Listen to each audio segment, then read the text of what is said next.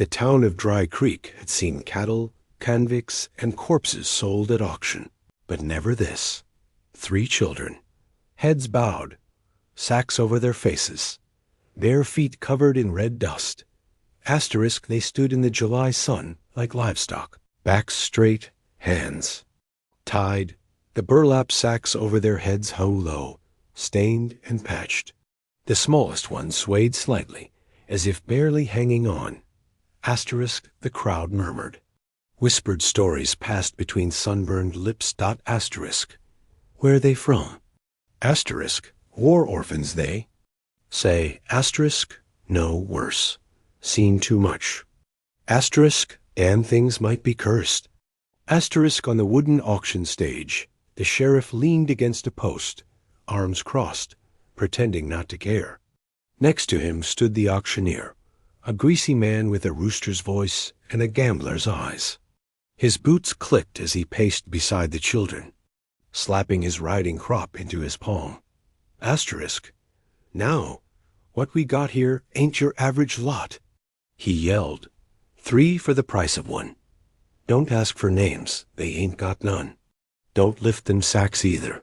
For your own good. The crowd chuckled uneasily.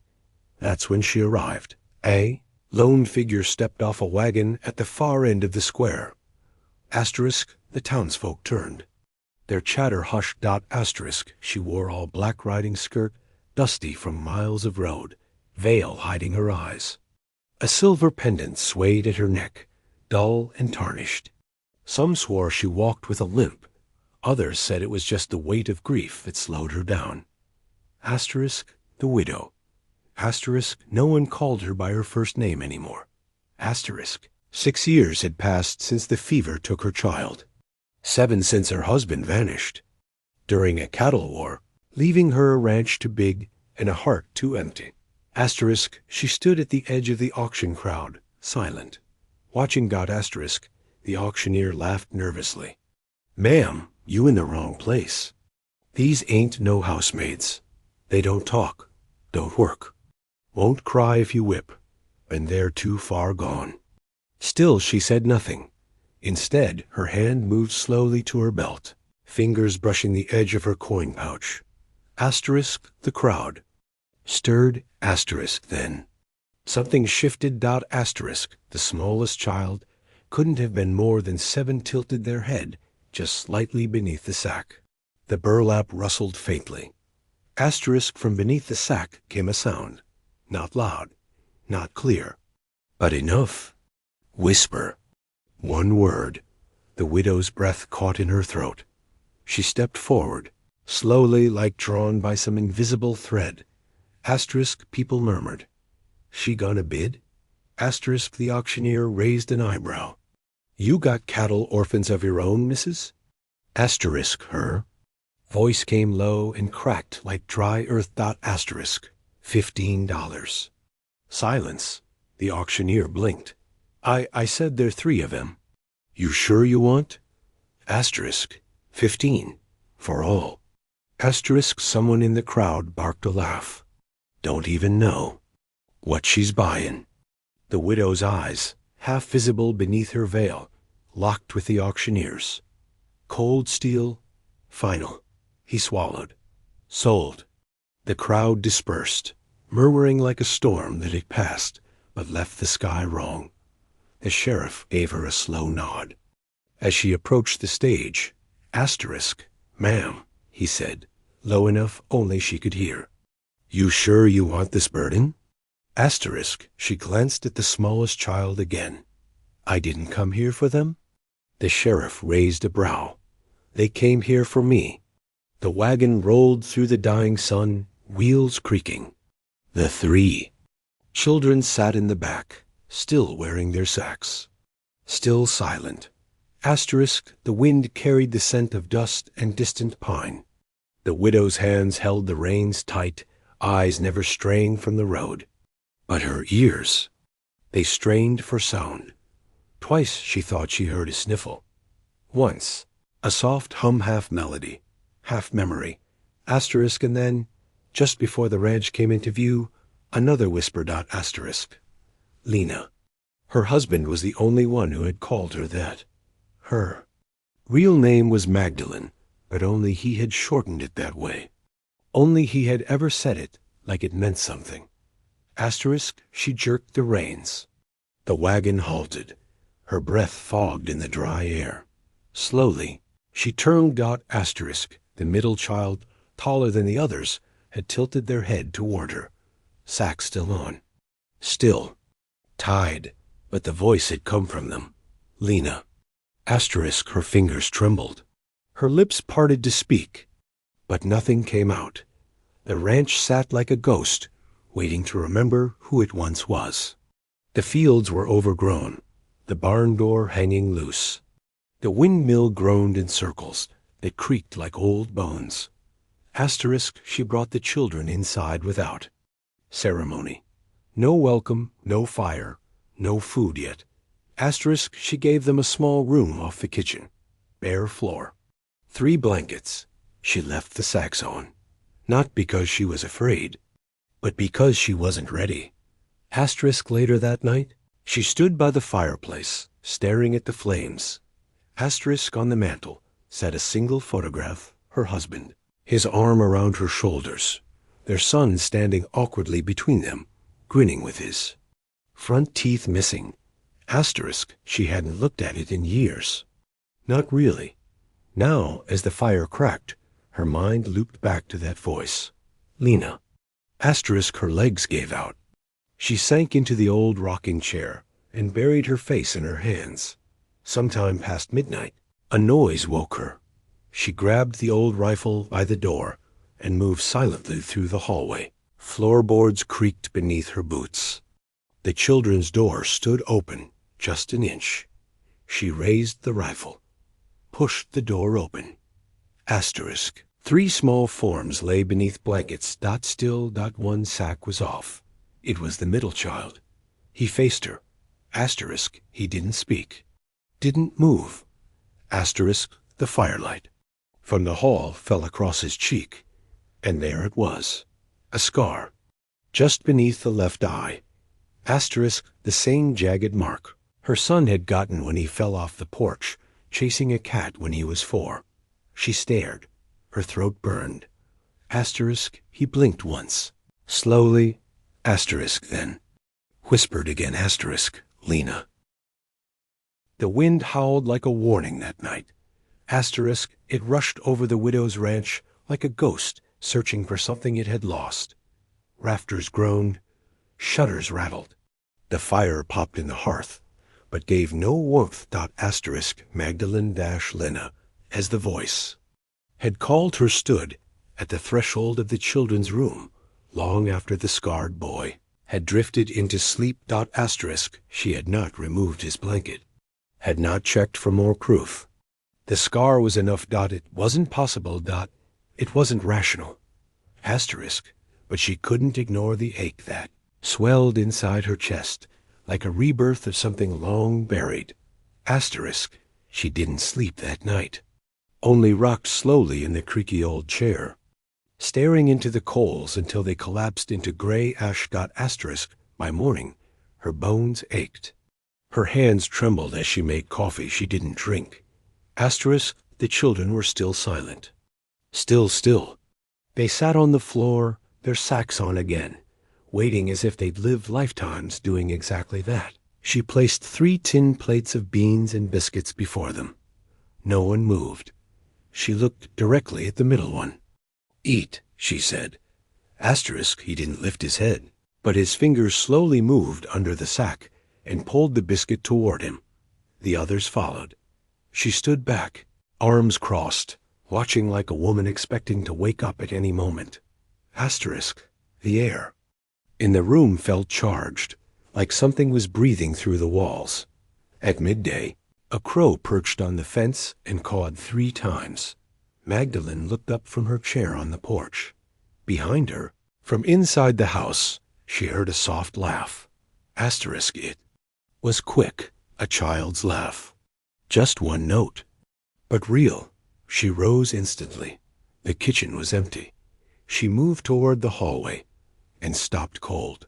Asterisk. There, On the floor by the children's door sat a line of stones, 12 of them, spaced evenly, leading from the door to the window.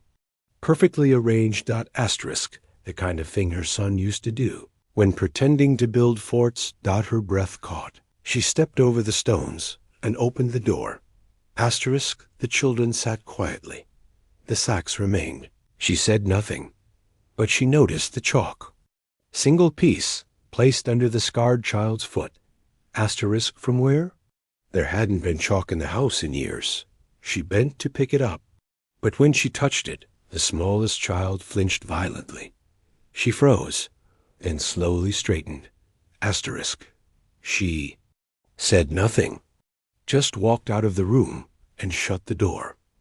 That night, it stormed. Lightning forked across the sky and slammed the earth like the hand of God.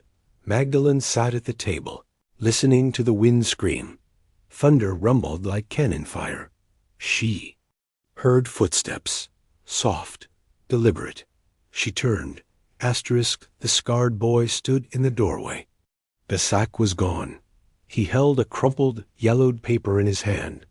She stood, heart hammering. Asterisk, where did you get that? She asked, her voice cracking. He didn't answer. He walked slowly to her, barefoot on the creaking wood floor, and placed the paper on the table. She unfolded it. Her hands shook violently. It was a drawing, charcoal sketch. Simple, childlike. Asterisk, 3 stick figures. A woman in a wide skirt. A man with a rifle, and a small boy standing between them, grinning, toothless. Asterisk, the paper was smudged, stained, torn at the corner. She recognized it. She had drawn it. Asterisk, with her son, 7 years ago. Her knees buckled. Asterisk, she gripped the edge of the table. Asterisk, the boy moved to her side and whispered, "You didn't abandon us. You just forgot how to see us." That night, she left their door open, just an inch. She couldn't bear to shut them away. Asterisk, couldn't bear to shut herself out. Asterisk, in the dark, she dreamt of pine trees and blood, of her husband riding off. One cold morning, of her child's fever, of the buried box beneath the tree out back. Asterisk, and of a voice saying, again and again, "Lena, you were supposed to find us." Morning came gray and slowed out. The kitchen smelled of dust and damp wood. Magdalene woke to find the children sitting at the table. Asterisk, all 3. No sacks, no words. Just watching her. She didn't speak. Asterisk, she simply sat down, across from them. Asterisk, she poured coffee, poured water for them. Sliced bread. Asterisk, do you remember who I am? She asked softly. The scarred boy nodded. You're the one who sang us to sleep when the thunder came. She stared at him. I never sang to anyone but... Asterisk, he finished her sentence. But me. She gripped the table, the oldest of the 3, a girl, maybe 10, with wide green eyes, whispered, "He told us about you." Asterisk, Magdalene blinked. Who? The girl pointed toward the back door. The man who left you crying on the porch. She walked out into the sun, her legs barely holding. Asterisk, the pine behind the barn stood like it always had, tall and stubborn. She fell to her knees beside it. She dug with her bare hands. Asterisk, the earth gave way easy. Asterisk, she unearthed a rusted tin box. Inside it, a child's rattle, a silver button, and a folded letter, yellowed and sealed with wax. She opened it with trembling fingers. Greater than Lena. If you're reading this, then I'm likely already gone. I had to do something I never told you about. I gave our boy away to men who said they could protect him from the bounty hunters, looking to use him against me. Asterisk, I lied to you. I made you bury an empty box. I told myself it was to keep you safe, but I was a coward. And if he ever finds his way back to you, tell him I'm sorry. Tell him I never stopped loving either of you. James. The wind carried the scent of pine through her tears. Asterisk. She turned slowly and saw the boy standing there, holding a piece of that same rusted tin he had known. They all had. That evening, as the sun bled gold across the plains, she sat on the porch with the children. They no longer wore sacks. They had names now. The girl was Elsie. The smallest boy was Jonah. Asterisk, and the one with the scar, her son, was Thomas. He leaned into her shoulder without a word. For a long time, she stared out over the dry fields and broken fences. Asterisk, then she whispered, "You found me." Asterisk, he nodded. "We never stopped trying." She looked up at the darkening sky. Somewhere, out there, her husband's ghost was smiling, and she finally smiled back. 3 weeks passed. Dry Creek hadn't seen rain or mercy in any of them. The sun cracked the land open, splitting dirt like dried skin. Grass died, wells lowered. But the widow's ranch, for the first time in years, pulsed with life. Had patched the roof. She had found new beds. She had even smiled once. The children now ran through the fields, bare feet kicking up dust. Their laughter, strange at first, began to feel like something sacred. Thomas helped her fix the barn door. Elsie brushed the mule every morning. Jonah sang to the chickens.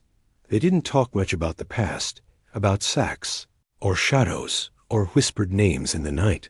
But Magdalene knew. Some things were stitched into the soul, silent but permanent, like scars. The news came from a drifter with a missing ear and two. Many stories. She'd found him at the general store while trading eggs. He eyed her black veil and said, "You still got that scar on your hip?" She froze. Only one man would have known that. The drifter grinned. "He's back in these parts. Calls himself the man with no teeth now. Lost him all in a fight with a Comanche over a stolen horse. Mean bastard. Got a grudge like a scorpion's. Sting." She dropped the basket of eggs. "Where?" she asked. The drifter's grin widened. "He's looking for 3 kids. Pays gold for anyone what talks." That night, Magdalene scrubbed her hands until the skin cracked. Her eyes burned as she stared at the mirror above the wash basin. The face staring back was one she hadn't seen in years. Tight-jawed, fire-eyed, and deadly calm. She opened the chest beneath her bed and pulled out the old revolver. 6 bullets, 1 for each year. She spent alone. 1 for each lie James had. Told her 1 for each child she'd come to love as her own. In town, the saloon lights spilled yellow across the street like melted gold. Magdalene stepped inside, silent as wind in a canyon. Men turned. Some recognized her. None dared speak. He was at the poker table, grinning wide with swollen gums, no teeth, and eyes like pig slits. His boots were on the table. He looked older, heavier, crueler. But she knew him instantly. Clyde Brewster, the man who raided her ranch 7 years ago. The man who pistol-whipped her husband and tried to take her child. The man who laughed when her screams cracked.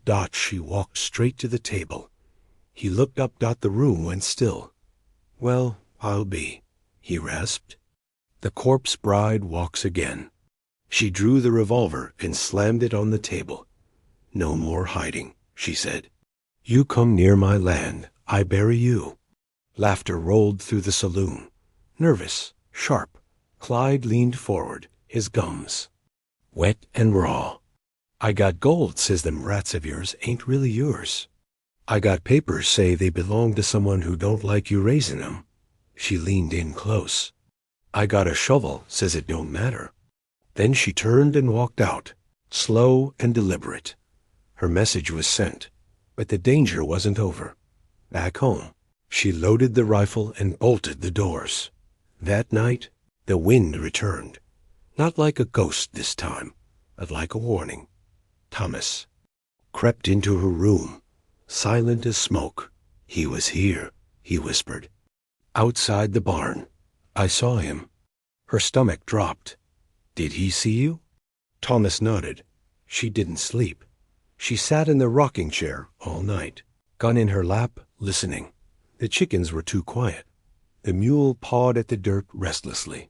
Somewhere in the dark, she heard the soft click of a knife being UNSHEAT.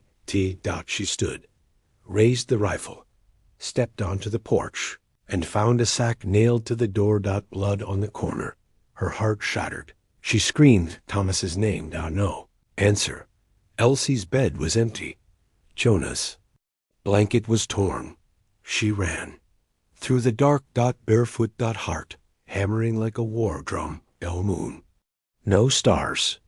Just the cold slap of wind and the taste of panic in her throat. She followed the footprints.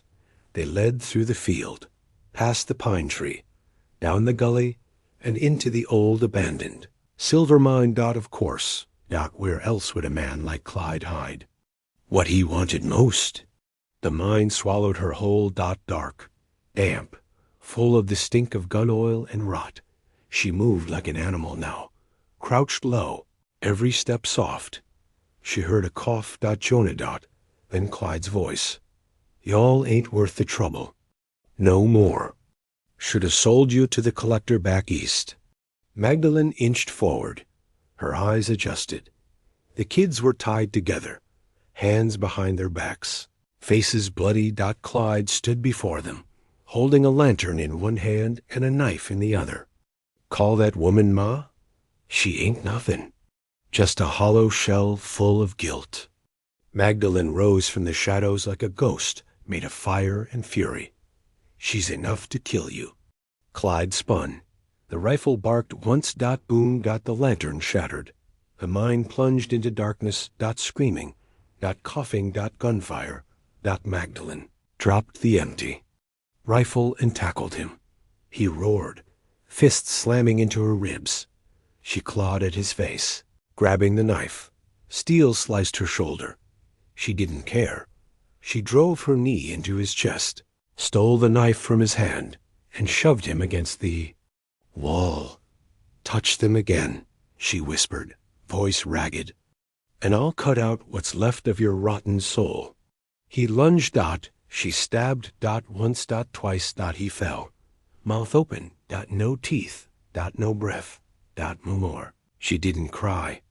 She cut the ropes. Held the children, told them it was over, and walked out of the mine. With the sunrise bleeding gold behind her, they rode back in silence.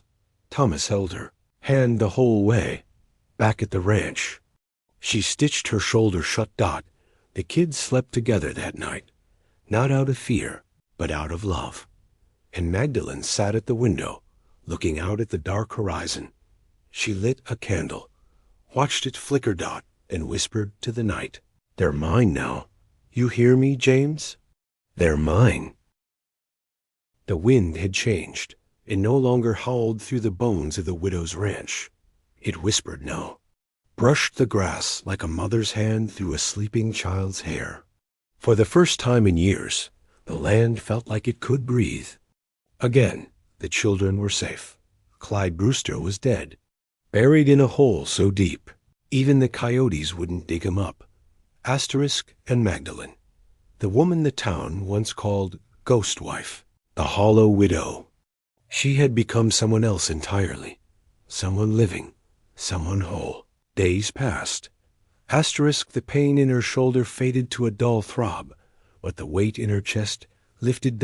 Asterisk, Elsie helped her repaint the front door. Jonah carved wooden toys from fallen limbs. Thomas walked beside her in silence, matching her pace, never letting go of her shadow. It was Jonah who said it first. "Ma?" Asterisk, she had dropped the ladle when he said it, stared at him as if she'd seen lightning strike the kitchen floor. Asterisk, he blinked at her, wide-eyed and small. "Is it okay if we call you that?" Asterisk, she hadn't answered then, just turned away, because she couldn't speak. Her mouth wouldn't move. Asterisk. But that night, after the children had gone to bed, she sat by the fire and stared into the flickering light. A memory surfaced. The sound of her real son crying from. A fever. James reading Psalm 91 aloud. The baby grasping her finger. Asterisk then, the silence that followed. The years without that sound. Asterisk and now? Asterisk. Now there were 3 voices. 3 shadows. 3 sparks in the dark. And one of them had said Ma. Asterisk. She walked out to the pine the next morning. Asterisk. The windmill turned lazy circles above her as she stood by the place where she had once buried a lie. She kneeled again, but this time not to dig, just to feel the earth, to touch it, to tell it, I am still here. When she stood, she turned slowly and saw Thomas watching her from the fence. Asterisk. He didn't speak, just nodded once. And she knew. He remembered everything. Asterisk, not just the sack, or the pain, or the mine, but the rocking chair, the lullaby. Asterisk, the scent of lavender. She used to wash his clothes with. She walked to him, placed her palm gently against his cheek. Asterisk, you're home now, she whispered. He closed his eyes and leaned into her hand. Asterisk, that night. She took out the sewing kit and stitched 3 names into 3 new coats. Elsie, Jonah, Thomas, and into the lining of her own she stitched the word Ma. Dry Creek didn't understand what had happened. Not really. They whispered about her still. Didn't she kill that outlaw? Asterisk. They say she raised the dead. Asterisk. I heard one of those kids is her real son. Come back from the grave. She's cursed, ain't she? No. I think. She's blessed. But no one dared cross her now. Not because they feared her gun. Asterisk. But because they respected her fire. Weeks later, a rider came from the east. Dusty. Pale. Hands shaking. Asterisk. He brought a sealed envelope. Said it was from a man named the Collector. A name Magdalene had only heard whispered by Clyde in the mine. Asterisk. She took the letter. It read, greater than, to the woman who stole what was mine, you've delayed the inevitable. But children like those don't belong to the dust. They belong to history, to power, to the bloodline. You can't keep them forever. They'll hear the call when they're old enough, and they'll return. The Collector. Asterisk. She read it twice, then fed it to the fire. Asterisk. The next morning, she took the children riding, past the ranch, beyond the river bend. Asterisk. Up to the bluff with a land-touched sky. Asterisk. They stood there together, wind in their hair, sun on their faces. You said we belonged to you, Thomas whispered. You do, she said.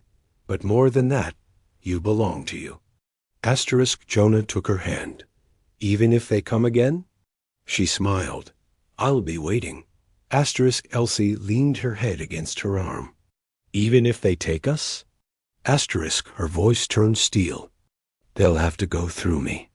Weeks turned to months. Fences were mended. Fields were sown. Asterisk. The house no longer creaked like it was ready to collapse. It breathed now, full, alive. Asterisk. One night, after a long day of chopping wood, Magdalene sat on the porch with Thomas. Asterisk. They.